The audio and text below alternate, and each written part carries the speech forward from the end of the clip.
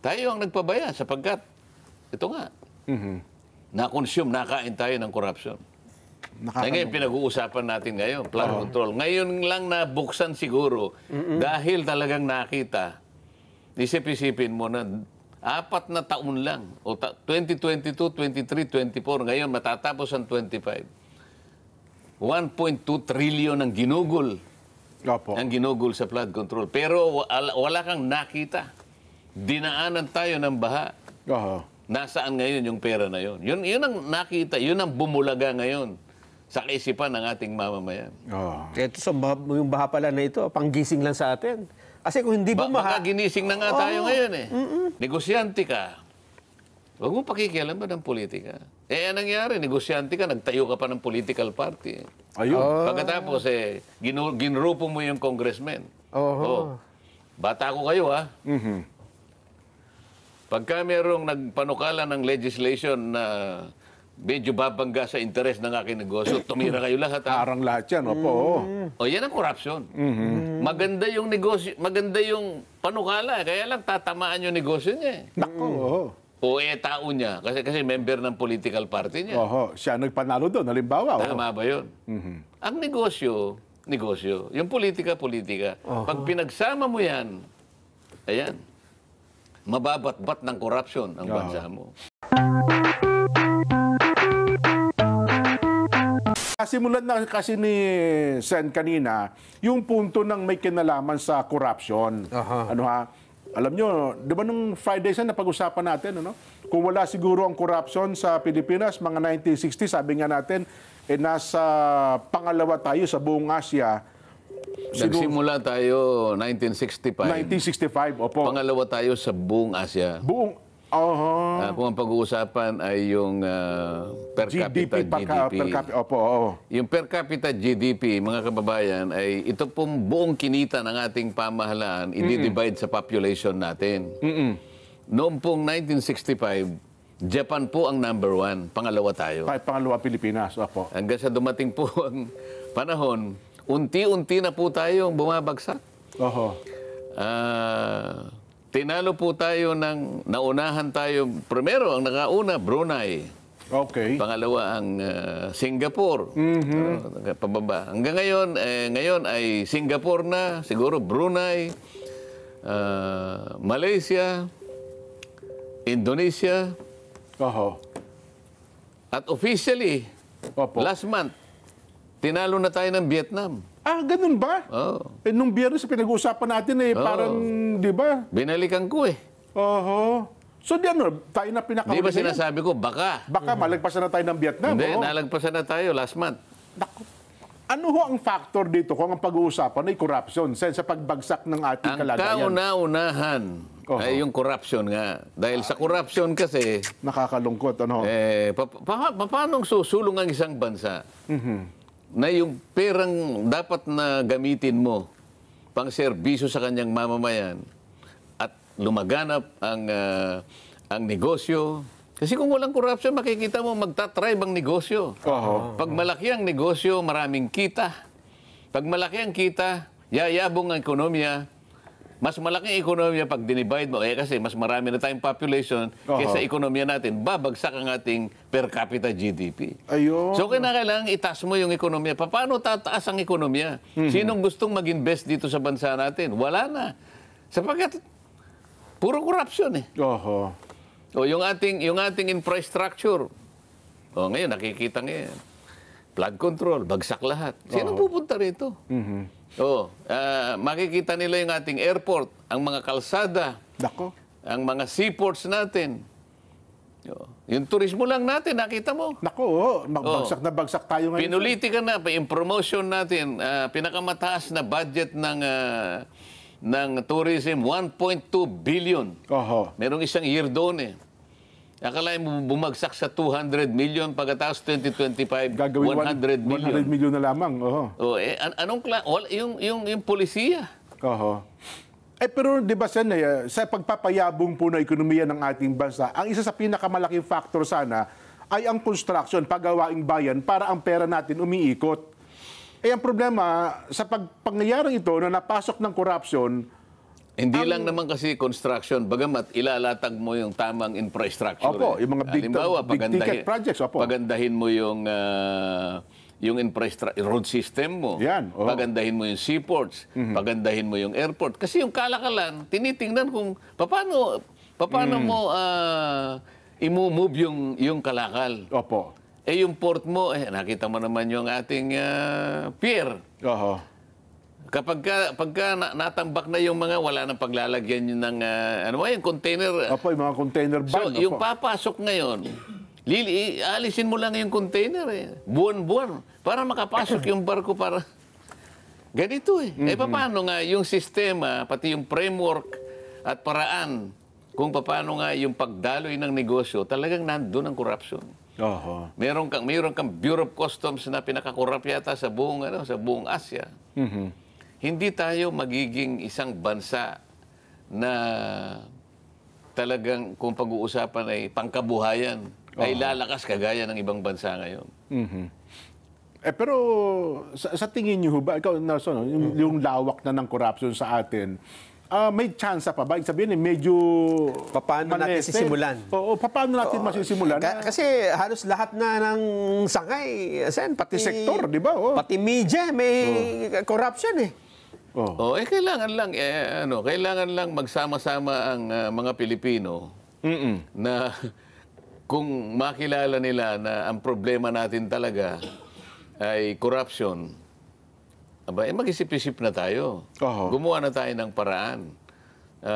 Pansarili, pangkomunidad, panggrupo, lahat. Kinakailangan magpasya tayo na siguro ay panahon na. Wag na tayo. Yung iiwanan nating generation. Ito ba ang gagawin? Nagkahuli-huli na tayo Malapit na tayong unahan ng Cambodia. Ang susunod na tatalo sa atin, Cambodia.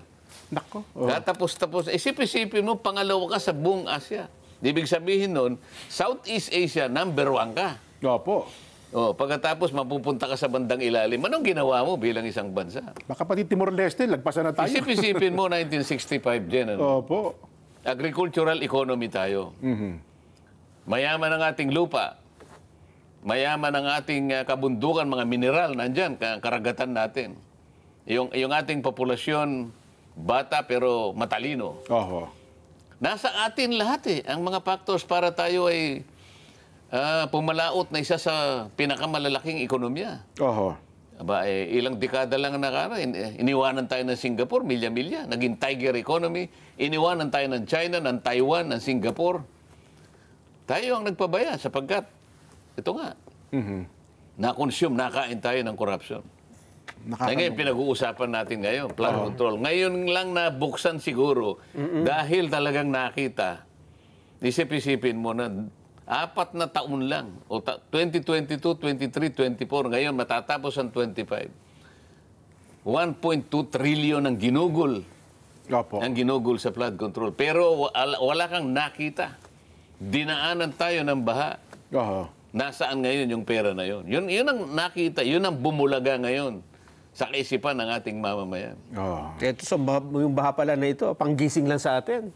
Kasi kung hindi bumaha... Baka ginising na nga tayo ngayon Oo nga, no. Pero ang ayaw ko ayaw ko lang, konti lang po, maraming hindi makapaniwala doon sa Ghost Project. Kasi parang sa dami daw po ng sistema na dinadaanan, parang imposible magkaroon ng Ghost Project kung susundan yung proseso. Yung proseso Oo. Wala daw po dapat nangyaring ganun, Sen kailangan makinig ka sa Lunes. Okay. Makinig ka sa Lunes. O sige po, hindi namin ipipreempt yung bagay na yan, Sen. Balikan ko yung punto ng corruption. Bakit tayo nagkakaroon ng corruption? Isa sa sanhi ay yung huminang mga institusyon natin. Halimbawa yung media is an institution. Tama po. Kapag ang media ay isang malakas, matatag na institusyon, nakabantay, meron siyang kakayahang bantayan ang bürokrasya. Di ba? Opo. Siyempre, may mangingimi dyan na gumawa ng mga katiwalian sapagkat naka-expose ka sa media. Pero kung yung nagbabantay, yung sentinel siya mismo ang corrupt, Nako. makikita mo. O imbes na makatulong ka sa pagbabantay sa kaban ng bayan, o pag-usapan natin, paano na-corrupt yung, paano na-corrupt yung media in general? Nung ako'y nasa House of Representatives, Opo. nagtagal ako dyan, alam naman ninyo. Opo. Ang point of entry ko, 2004, nagtagal ako, umabot ako ng... Almost 16 years pala kayo dyan, Sen. Ano? Oo. Ngayon, sabi niya, Kung pa ako noon di ba? Mga member ng media. Kasi magkakakilala kami. Kilala ko sila. Araw-araw nandun talagang... Saka mga barkada din naman yung iba dyan. Opo. Oo. Baka gusto mo kanyang mag-PR ako sa'yo. Gawin mo akong PR. PR, public relations, parang ganun. Bakit ka ako mag-PR? Member ka ng media. Pwede naman ako mag-double na Teka muna ako, parang hindi ka ako tama yun. Kasi kailangan susulat ka sang-ayon sa nakikita mo. Kailangan objective ka. Oo. Hindi kung naging PR mo ako, kahit na, halimbawa, kahit hindi ako gwapo, pag-gwapuhin mo ako, parang hindi tama yan. Hindi, parang digdag nakita yun Alam mo, corruption yung ganun Hindi kanya susulat ako sa'yo. O kaya, sige, ayaw mo ng PR, pero gusto mo yung ginawa mo ngayon, isulat ko ng ganito. Opo. May slant, may slant. May islant. May content, sabi niya. Undisclosed content. O para makita mo yung iba, kanya, halos everyday, may isang paragraph, may dalawang paragraph, binabanggit. Pumapasok. Boss, ganito yan Monthly lang naman meron kami. Alam mo, hindi ko pinatos yun Kasi nga naman, out of 300. Hindi Diba? tama yun Sabi ko, merong ethical issue dito Merong ethical. Hindi mo na isusulat kung paano mo nakita Kung ba mo nakita mo, mali talaga. Isulat mo Pero dahil PR mo siya, hindi mo siya isusulat So hindi mo nababantayan yung mali. Dapat ang PR mo ay bukod na tao talaga. Hindi Hindi siya mismo yung... Hindi yung media, hindi yung journalist. Kasi journalist na sinasabi. Nakita mo yung bias nila. Kaya may kinikilingan. Sabi nila, hindi, basta yung gusto namin si ganito. So kung wala kang PR, delikado ka sa kanila. Isa yon. Opo. Yung mga institusyon natin, halimbawa, yung ating hudikatura, halimbawa. Justices, opo. Ang daming pressure sa kanila. Sige, pag hindi nyo kami dinesisyonan ng gano'n, buti na lang yung ibang pagdidesisyon ngayon. Matatag. Medyo matatag, katulad ng impeachment. Ayan, opo. Pero yung iba, kung minsan may nasasabi pa rin sa kanila. Halimbawa, bakit po kaya yung petition namin na tungkol sa budget ng 2025, hindi pa nadidispose? Oo nga pala, matatapos na yun sana. Bakit mo ako tinatanong sa akin, di pumunta ka sa Korte Suprema? Bakit kanya yung defunding ng PhilHealth? Medyo din yun parang may sablay doon. Wala pang Oo nga, hindi pa gumagalo yan. Bakit yung habeas corpus na petition nung... Duterte, tama po. Bakit Wala pa. Mga bagay-bagay na dapat sana ang inaasahan ng taong bayan ay magkaroon ng mabilis na disposition para nag-guide ang pamahalaan sa kanyang dapat na gawin. Pag nagtagal ito, teka muna, baka pumasok yung mga ganito. Teka lang sa'yo, bago nyo tuloy yung bagay na yan, kami ni Nelson para hindi na po mag-PR sa inyo, putan mo na kami ni Nelson, ha? Hindi na tayo kilala na. Oo nga, oo. Papayad ho ba na total ang AFP at PNP, meron silang engineering brigade Oo nga At pala. magaling silang magtayo talagang dekalidad. Bahagi ng pag-aaral nila yan. Ang civil engineering sa PMA year ay isa sa mga kurso nila yan. Pwede ba na may mga flood control ay ipaubayan na lang sa kanila para matibay, Sen? Sa tingin po ninyo? Pero siyempre, kukunti naman ang Engineering capacity battalion nila, Hindi naman nila kaya lahat yun. Siguro yung mga minor siguro. Kasi meron din naman silang ibang gawain, hindi lang... Bagay. Hindi, rekomenda ko si General James Brillantes. Sila na Baka tayo. pwede maging DPWH Secretary. Sir James, kamusta po kayo? Tuloy natin. Yung may Sige. kinalaman doon sa corruption. Sen, ano lang ang pwedeng magawa ng Blue Ribbon? Kasi baka sa laki ng problema na ilatag po natin, mayroon bang magagawa ang Blue Ribbon Committee para kahit papaano ay mabawas-bawasan, sabi nga, ma-moderate itong grid na ito, Sen? Kaya nga sa September, sa Lunes, makinig ka. Abangan natin. Akala mo malilin lang mo ako. Abangan. Baka nga naman may... Pinag-uusapan natin ano yung mga factors ng corruption. Yan, opo. Sinabi natin kanina, mahina na pundasyon ng ating mga institusyon. Nagpahalimbawa na tayo. O kawalan ng transparency. Ayun, nakatago. Yung mga aksyon ng pamahalaan, nakatago. Walang nagmo-monitor. Yung corruption kasi pinasimulan ni Satanas yan eh. Di ba? Opo. Ang corruption kasing tanda ng unang paglalang sa tao eh. Ba't Adan? O, di ba? Nakurap agad si ano eh. Si Eva. Ano ba ang definition ng corruption? Oho. Akala ba nyo yung corruption eh, pera lang ang Hindi na po ito. pinag-uusapan? Yes po. Oh, tama. Bagay, yan. Ha? Kapag ka na-infringe yung integrity ng isang tao, corruption yun eh. Oho. Kamukha na isip-isipin mo eh, kaganda-ganda na ng binigay na kapasyahan para doon sa dalawang taong unang nilalang. Eh. Nasa paraiso na po eh. Ang No? ganda na ng kalagayan nila eh. Nang dahil lamang sa, sinubukan lang eh. Kasi nga yung, siguro hindi pa matatag yung kanilang disposisyon noon eh. Opo. Subukan ko nga kanyang tuksuin itong mga ito. Napatukso ngayon. Kasi nga yung walang transparent na eh. Wala pang monitoring noon eh. Di ba? Yung walang So sasaway. silang dalawa lang eh. Para kung nandun man lang, may nagsaway. Meron man lang sana At saka yung meron sanang na may mga regulasyon na May nakabantay. Huwag kang diyan, huwag kang makikinig sa ganyan. Itong pakinggan mo. Pagka Wala pang media noon pa naman minsan eh. pagka ang pumunta sa iyo bubuyog, Opo. pwede mong pakinggan, halimbawa. Pero pagka ahas, huwag na huwag ka Ay, naku. makikinig. Oo. O sa mga kapatid, wala, ahas lang yung, Opo. ang bilis ng ahas eh, di ba?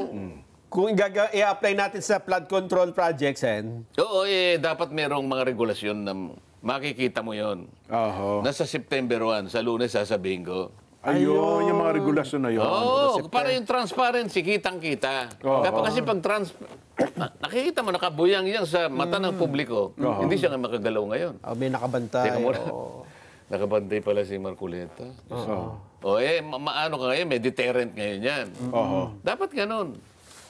Sa Lunes, isa sa abangan nyo kung paano natin sila tuturuan, Opo. kung paano natin naayusin. Kasi yun lang di ba yung lang usapin ng yung ghost projects yung taong bayan hindi nila alam na meron palang proyekto kasi totally wala ang nakakaalam na si DE. Wala nga, pati nga yung kapitan, hindi alam. Hindi sinasabi sa mayor o sinabi ng gobernador ng Mindoro Oriental. Wala nga kung hindi man lang nila pinaalam sa amin. Oo. Akala namin naguhukay lang sila ng kung ano-ano dyan. Ngayon pala Project na pala. project pala yun. Oo.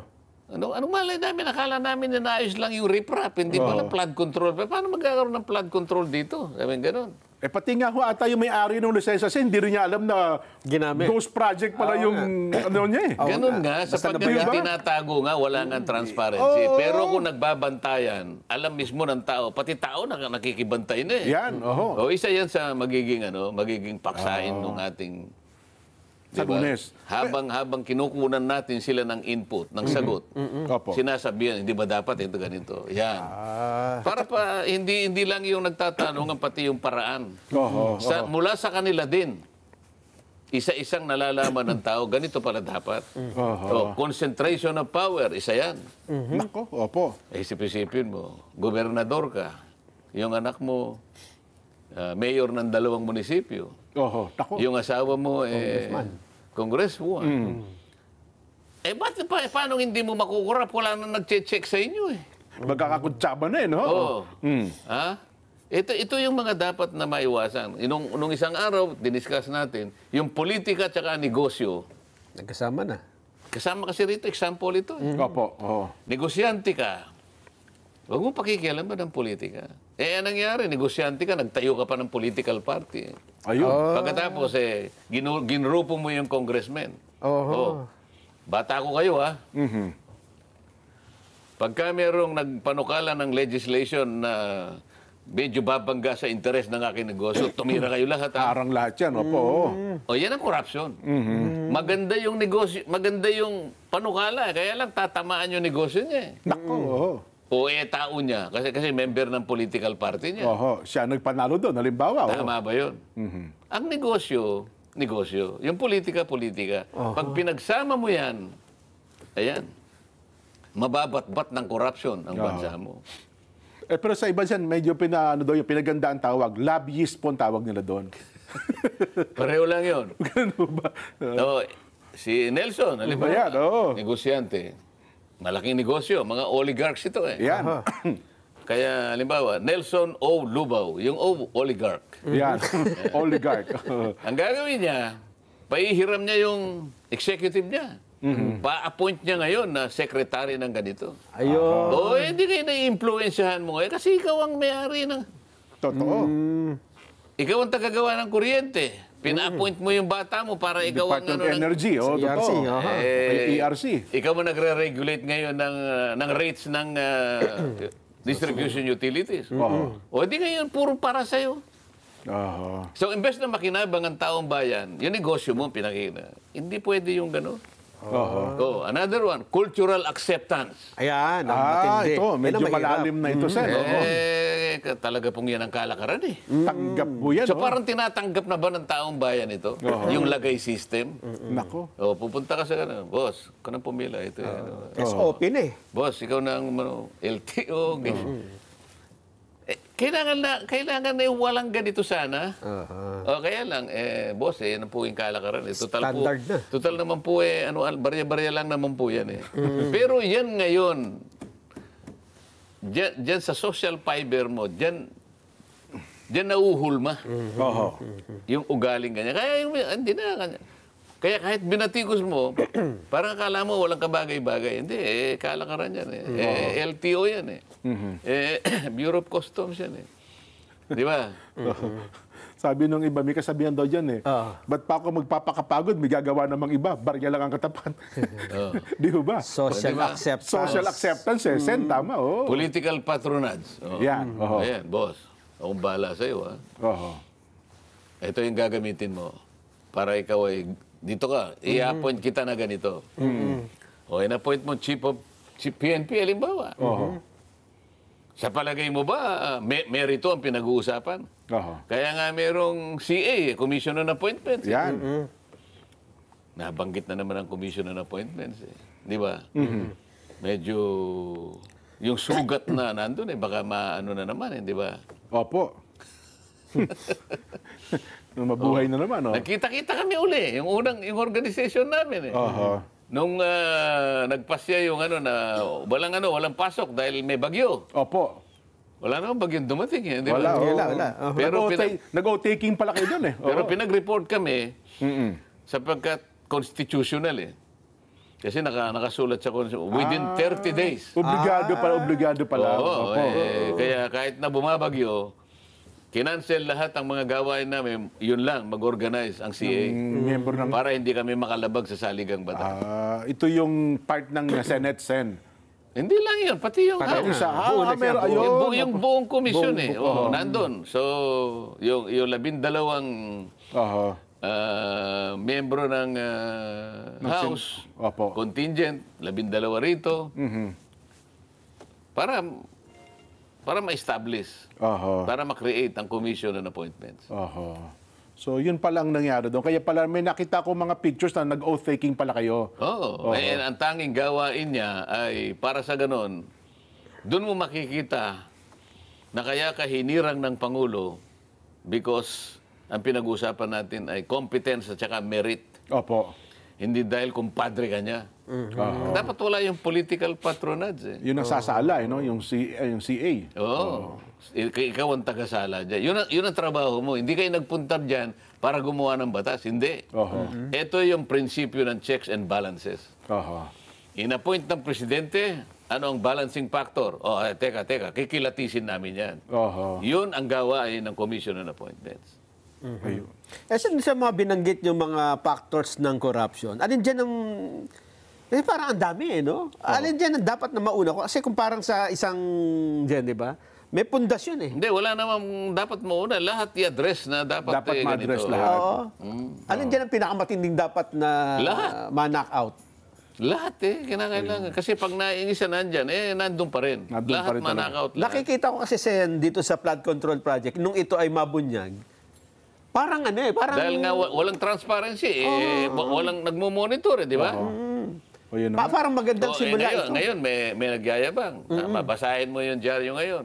Kaya lang, hindi ko na muna sasabihin ko sa Lunes. Oo. Oo. Anong Wala yabang? yung kaunting pahiging ba dyan?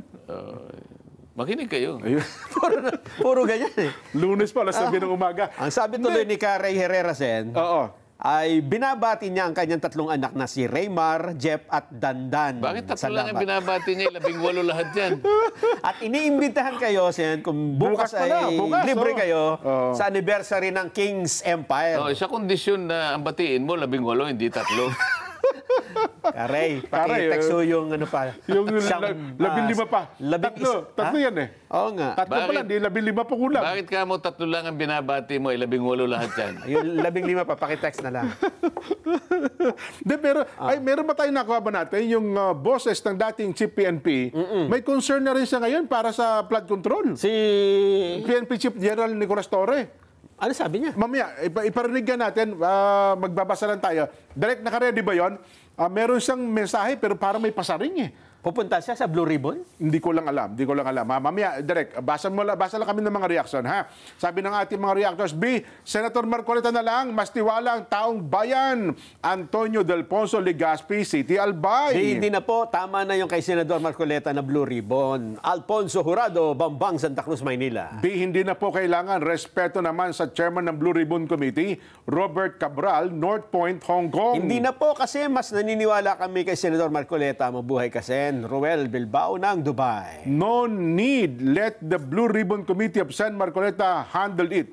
Mas may tiwala kami. J. Ramirez, Santa Rosa, Laguna. Hindi po kami sang-ayon. Mas may tiwala kami kay Sen. Marcoleta kasi kesa sa mga nakikisawsaw. GSP ng Cainta Rizal. Blue Ribbon Committee is suffice. Junaldin, Pumbaya, Marawi City. Sufficient. Oo. Hindi na po kailangan dahil may tiwala po ako kay Senador Marcoleta. Rey Hermosa, Salinas, Bambantarla. B, hindi na po kailangan. Rogelio Lucas, Bulacan. Naniniwala kami na ang Blue Ribbon Committee ang pinaka-credible at honest sa lahat. Angel Aberia ng Bacolod City. B, hindi na makakagulo sa Blue Ribbon Committee na San Dante Marcoleta. Yuki Mapalad ng Japan. Hindi na magaling talaga si Senador Marcoleta. Meli J. Amhadul, Jeddah Kingdom, Saudi Arabia. Si Ray Manyo, nanonood daw po yung mga taga riyan sa Unlad, nakatutok sa ating palatuntunan. At pati si Joe Bacho ng New Zealand. Ganon? Yan. Yan, binabati kayo, Sen. Manny Mendoza, nakatutok din po sa ating palatuntunan, sa atin pong mga kababayan. Ayun. Tuloy pa? Sige. Tuloy pa, 5 minutes pa. 5 minutes pa, opo. Pero dito sa... okay na ba? Iparinig nga natin yung boses ni dating PNP Chief Nick Torre. Meron sa... first time ito na nagbigay. Flood control? Contractor na ba siya? Hindi po. Hindi pa natin na-ready? Sayang, Meron siyang statement Talaga? doon sa kanyang Facebook Live, doon sa kanyang nandito sa pinadala ni Mar Gabriel, hindi niyo Hindi, kinuha. ano nga yung pinaka-gist? Ang binanggit lang niya ay nakakaawa daw po ang taong bayan ngayon dahil sa epekto ng mga pagbaha. Tama naman yun. Sino Opo. bang hindi maawa? Lalong-lalo naman yung... isip-isipin mo, ililikas mo yung buong pamilya mo. Opo. Pagkatapos lahat ng ari-arian mo, kung hindi man lahat, nasira. Pananim mo, nasira. Pati hayop na tinatangkilik mo, namatay lahat. Totoo Talaga po. mapapaluha kayo. Ilang beses ko ba sabihin sa inyo nung kami ay nasa probinsya pa, na ako'y nasa elementary pa. Bagong tanim.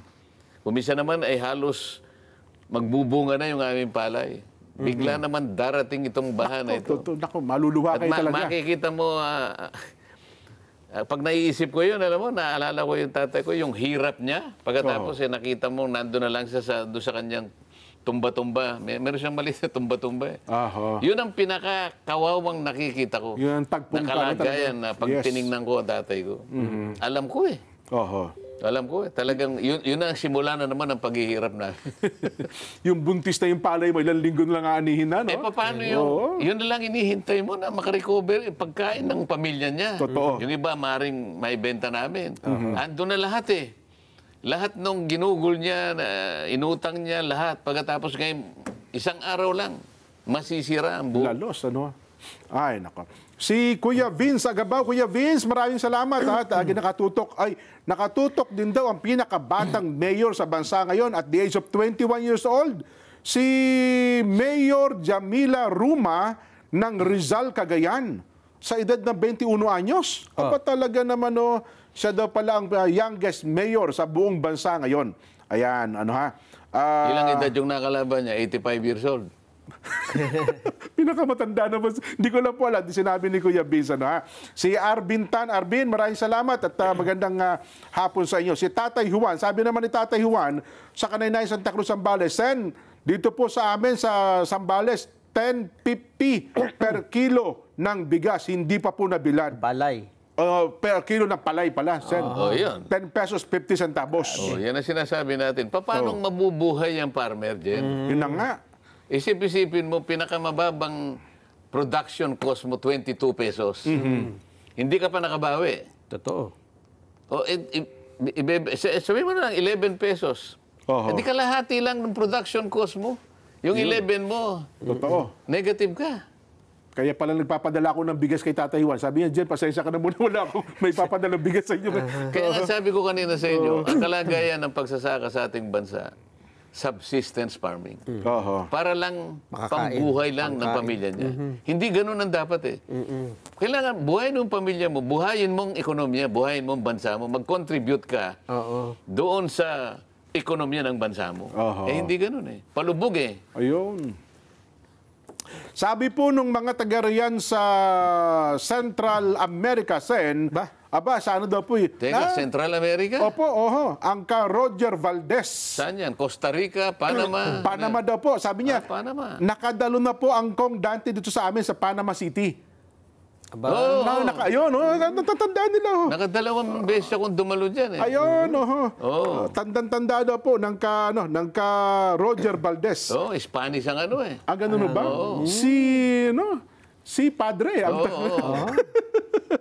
Pag nanalangin nyo, Senyor Padre. Opo, Medyo na ano ko, medyo kinilabutan ako nung una. Akala nyo ba't may Padre?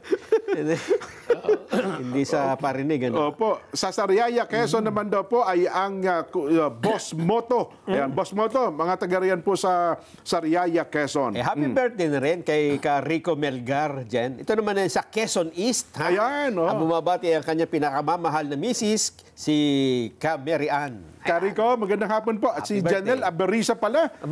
Sabi niya, Jen, pakisabi naman kay Sen Marcoleta, batiin ang pala kami dito sa Radyo Agil Lucena. Ayun, Janelle Aberisa. Nabati ko po ang lahat ng mga kawani ng Net 25 dyan sa Lucena.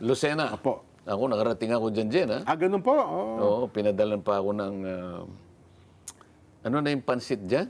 Chami. Chami. Pansit chami po. So, yung pansit na hab-hab. Oo, pero ang pinakamasarap na nakain ko yung